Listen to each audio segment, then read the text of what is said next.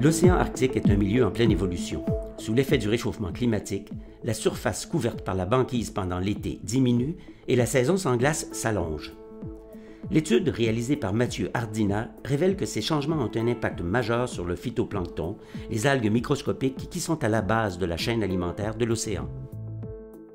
Un bloom ou une floraison, c'est une accumulation de cellules phytoplanctoniques dans la colonne d'eau.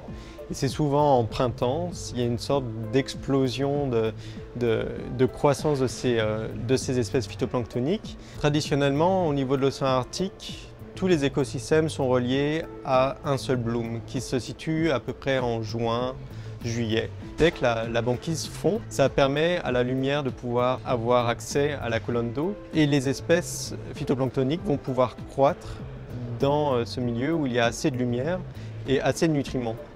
Ce que l'on voit actuellement, c'est que comme on a un retrait du couvert de glace qui est assez important à travers l'Arctique à cause du réchauffement climatique, c'est que ce patron traditionnel est en train d'être altéré. C'est pendant leur campagne sur le terrain à bord du brise-glace Amundsen que les chercheurs ont remarqué l'abondance de phytoplancton en dehors des périodes habituelles. Ils ont alors utilisé des données fournies par les satellites pour étudier l'ampleur du phénomène et mieux comprendre son origine.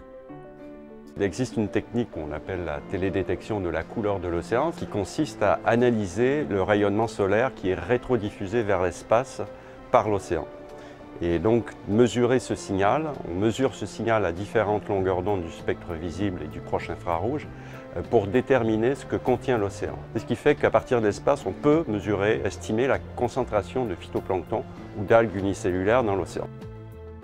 Le résultat principal de cette étude, c'est qu'un système traditionnel avec une seule floraison qui suit la fonte des glaces est en train de se modifier petit à petit en un système avec deux blooms. Un en printemps et un autour du mois d'août ou de septembre. Donc on a vraiment une modification majeure des cycles biologiques au niveau de l'océan Arctique. La question est de savoir comment va se répercuter ces changements au niveau des écosystèmes reliés à la glace et comment ça pourrait affecter ensuite les interactions, les échanges entre les espèces dites de glace et les espèces situées au fond des océans.